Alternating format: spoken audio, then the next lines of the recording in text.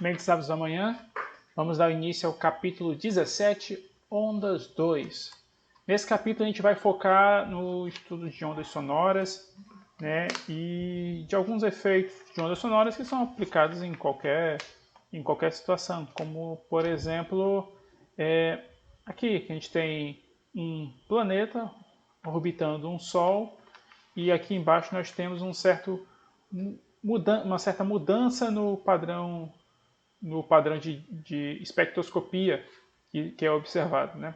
Esse efeito aqui, ele é derivado de um efeito que a gente vai estudar um pouco mais à frente, que é o efeito Doppler, certo?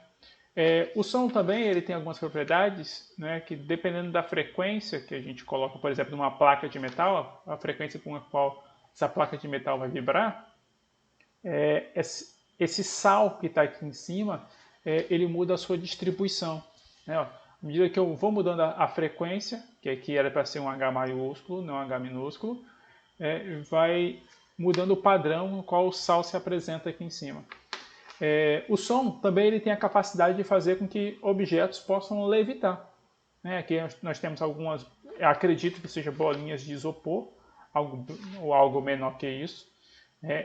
Esses dois equipamentos aqui tem uma certa interação com o som.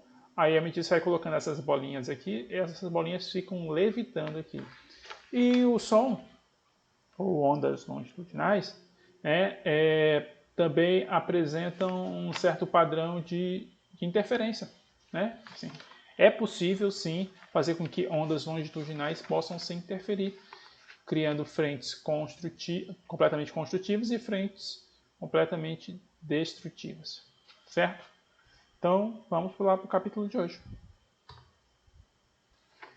Ondas sonoras, né? Ondas sonoras são basicamente ondas longitudinais. Com isso nós vamos trabalhar. A gente tem esse pontinho aqui S, né, que é a fonte geradora do som. Esse som é gerado em todas as direções. Aqui é essa imagem vibrando. Esse ponto aqui é a fonte de origem do som. Uma vez que o som é gerado, esse som ele vai igualmente, né, sendo espalhado para todas as direções. Próximo à fonte, né, emissora do som, essas frentes são esféricas, né? Aí, à medida que ela vai se espalhando, tomando essa direção aqui dos raios, essas frentes de onda vão aumentando o raio dessa esfera, aumentando. Se está aumentando o raio da esfera, está diminuindo a circunferência dela. Então, muito distante da minha fonte sonora, essas ondas se tornam ondas planas, mas perto da minha fonte sonora, essas ondas são, na verdade, esféricas. Elas se espalham em todas as direções. Embora o desenho aqui e esse desenho aqui estejam em duas dimensões, mas o som se espalha igualmente em todas as direções tridimensionalmente, né? Então, essas frentes de onda são superfícies nas quais as oscilações produzidas pela onda sonora têm o mesmo valor, né? Ela se espalha aqui, ó, radialmente. E os raios, como eu falei, eles indicam a direção que essas frentes de onda vão tomar, né, durante a propagação. Essas duas setinhas aqui indicando que o elemento, né, de ar que está à frente, ele vai ter uma certa oscilação, né? Ele vai oscilar entre dois pontos. Não é o elemento do ar que está aqui que segue, mas sim a onda. Ele faz uma breve oscilação e transmite com isso o impulso da onda. Certo?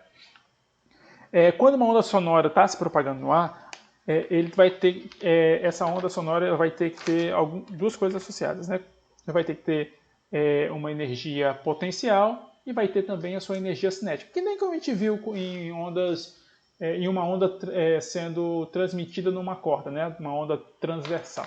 Vai ter que ter um elemento que está relacionado à inércia, né? Ou seja, a energia que vai puxar um pouco da energia cinética, né?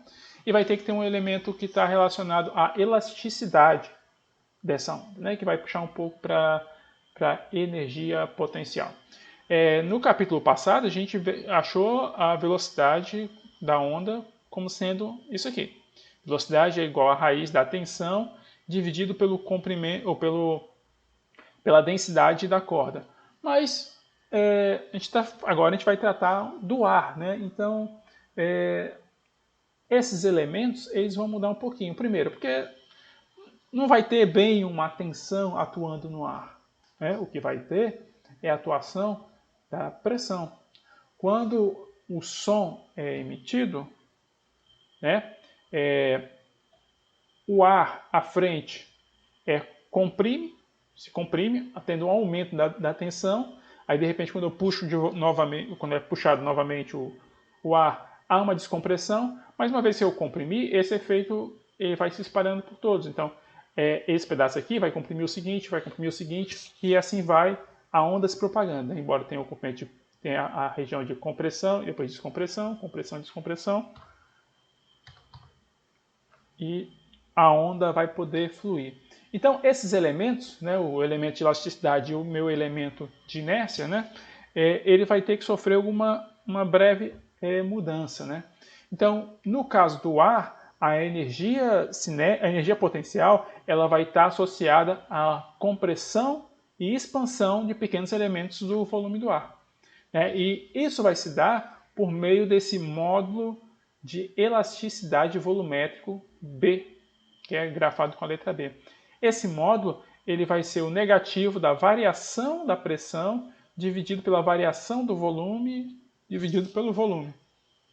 Esse negativo aqui ele tem que existir por quê? Porque se a pressão aumenta, né, se há um aumento na variação da pressão, vai haver então uma diminuição no volume. Então vai surgir um negativo aqui que vai compensar com esse e o valor do final vai ficar sendo positivo. E a densidade da corda não vai mais fazer sentido, a gente vai substituir pela densidade do ar. Então a velocidade do som no ar ela vai ser então igual a raiz de esse módulo de elasticidade volumétrico, que na verdade é esse termozão aqui, dividido pela densidade do ar, ou massa específica do ar. Vale lembrar que quanto mais denso for o meio, maior a elasticidade que esse meio pode ter, né, para as suas moléculas vibrarem, maior vai ser a velocidade do som nesse cenário. Vamos ver, analisar essa imagem aqui. Nós temos três cenários. Temos um gás, um líquido e um sólido.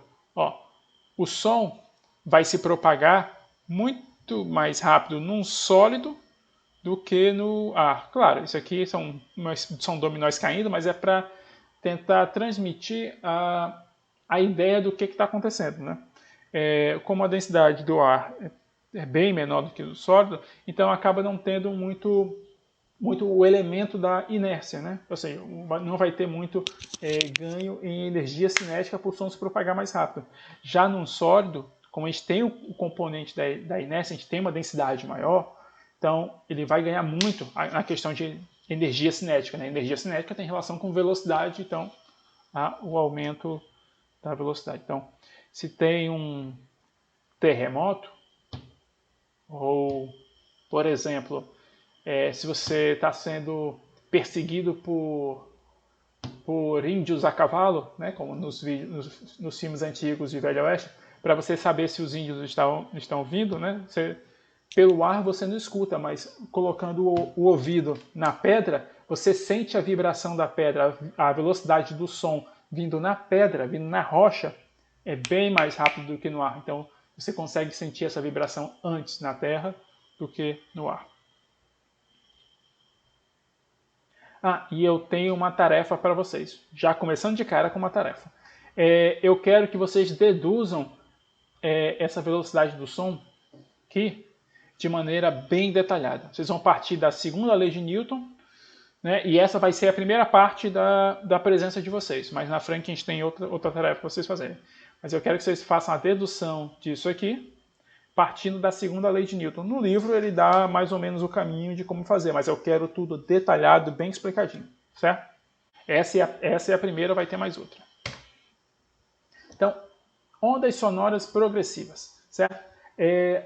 Vamos imaginar o seguinte, a gente tem aqui esse tubo de ar, certo?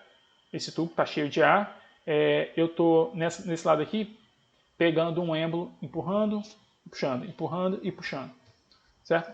Esse êmbolo comprime o ar à frente, depois ele puxa, causando a expansão, só que essa diferença de pressão faz com que uma onda possa navegar. Perceba, não é o elemento de ar que vai até o final. Se a gente analisar essa imagem aqui, animada, a partículazinha vermelha, ela fica oscilando em torno de um ponto.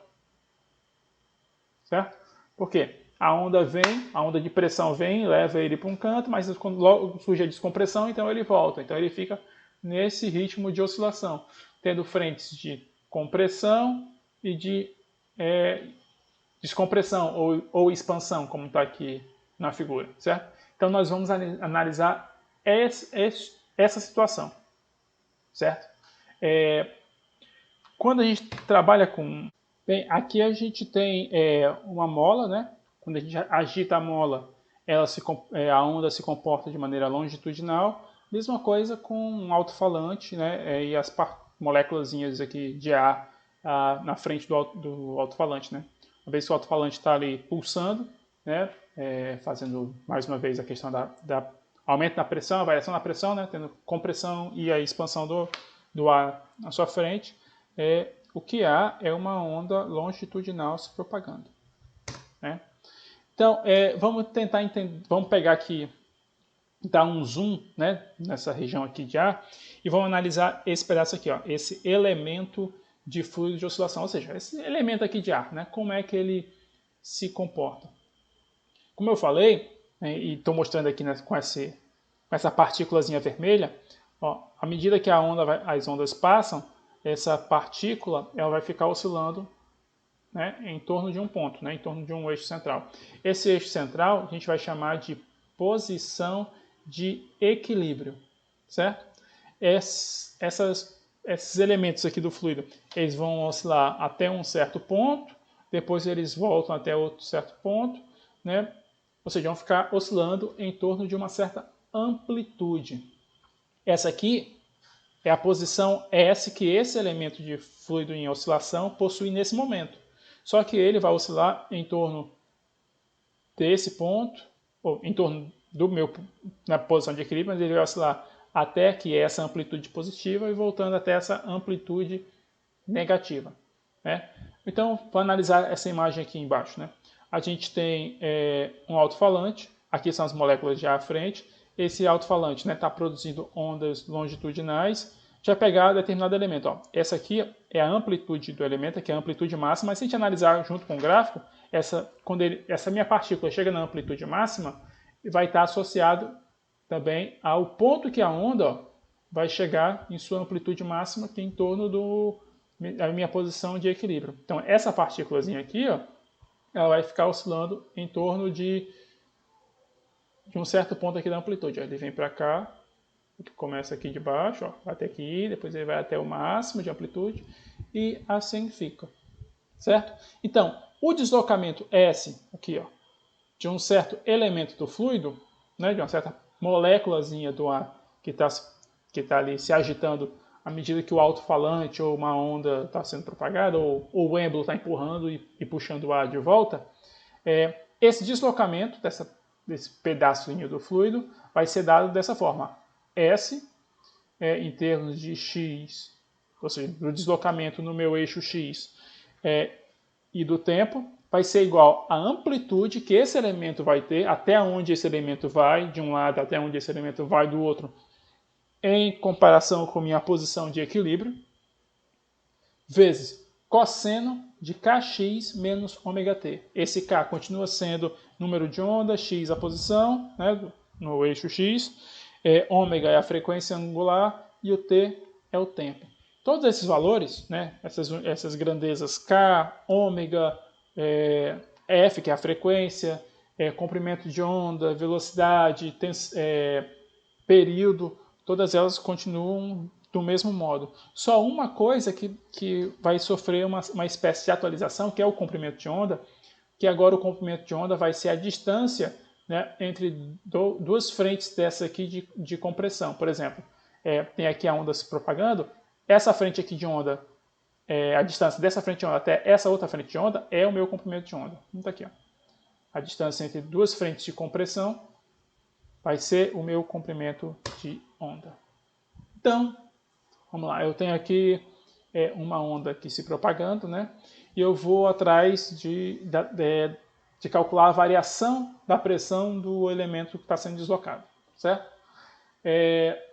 Como a gente viu antes, esse módulo de elasticidade volumétrico P, ele tem uma relação com a pressão e com a variação do volume, né? Então, a variação da pressão vai ser definido como sendo menos esse módulo de elasticidade volumétrico vezes essa razão aqui do volume. Onde o meu volume vai ser dado, nesse caso aqui, por área vezes a variação do deslocamento, e a variação do volume vai ser área vezes a variação do deslocamento em S, né? Ou seja, a partícula ela vai ficar oscilando, ela não vai trafegar, né, continuamente, ela vai oscilar ali, certo? Então, eu posso escrever essa variação da pressão como sendo menos B delta S sobre delta X. Eu vou fazer esse delta S ser derivado parcialmente em X, né? Porque já que o meu S ele tem duas variáveis, tanto X como T. Então, como eu estou atrás da variação da pressão, eu vou fazer esse delta S ser variado parcialmente em X. Ou seja, quando eu faço isso, eu estou considerando a pressão, o tempo constante. Então, derivando parcialmente em X, né? Derivo isso aqui parcialmente em X, eu vou obter que a variação do deslocamento em X parcialmente é menos K amplitude que o meu Szinho vai ter, seno de Kx menos ômega t. Pegando isso aqui, substituindo na de cima e dando uma arranjada, a gente tem que a variação da pressão X, que depende de X e T, é igual a amplitude de pressão vezes seno de Kx menos ômega t. Onde aqui é a variação da pressão, como está mostrando aqui na figura. Esse termozinho aqui é a amplitude de pressão. E esse termo seno de Kx, Kx menos ômega t é meu termo oscilatório. É ele que faz com que tudo oscile. Nós estamos atrás da questão da pressão, porque quando a onda se propaga, né, tem a pressão do ar em qualquer posição do X, e é essa questão de comprimir, descomprimir, que faz com que a variação da pressão se propague por todo o tubo de ar, né, por exemplo, por toda a minha onda. Então, eu posso tentar deduzir o que é essa minha amplitude, né, fazendo breves substituições, né? Já que eu peguei isso aqui e substituí lá em cima, né? Pego isso aqui e substituo aqui, eu consigo determinar então que a minha variação na pressão, que a minha amplitude, né, de pressão, ela vai ser igual a V, que é a velocidade, ρ, que é a densidade do ar, vezes frequência angular, vezes a amplitude do meu elementozinho do ar que está ali oscilando, da minha moléculazinha que está oscilando. Então, de novo, se eu pego essa expressão aqui, né, que é a derivada parcial do deslocamento em x, substituo aqui em cima, né, eu chego nessa posição aqui, né, aqui o negativo vai embora com o negativo, então eu tenho isso aqui, que é a variação da pressão, tal, fazendo breves arranjos, né, fazendo separações, considerando para pequenas oscilações, ou considerando isso aqui, para quando isso aqui chega a ter o valor 1, né? Quando essa relação aqui tem o valor 1, então eu acabo obtendo esse termozinho aqui. Esse termozinho aqui é a minha amplitude de pressão. E é bom deixar claro que a amplitude de pressão ela é muito menor do que a pressão no meu ambiente sem a existência da onda. Se não tivesse nenhuma onda se propagando, a pressão que a molécula estaria sentindo lá seria muito maior do que essa variação aqui da amplitude de pressão, certo?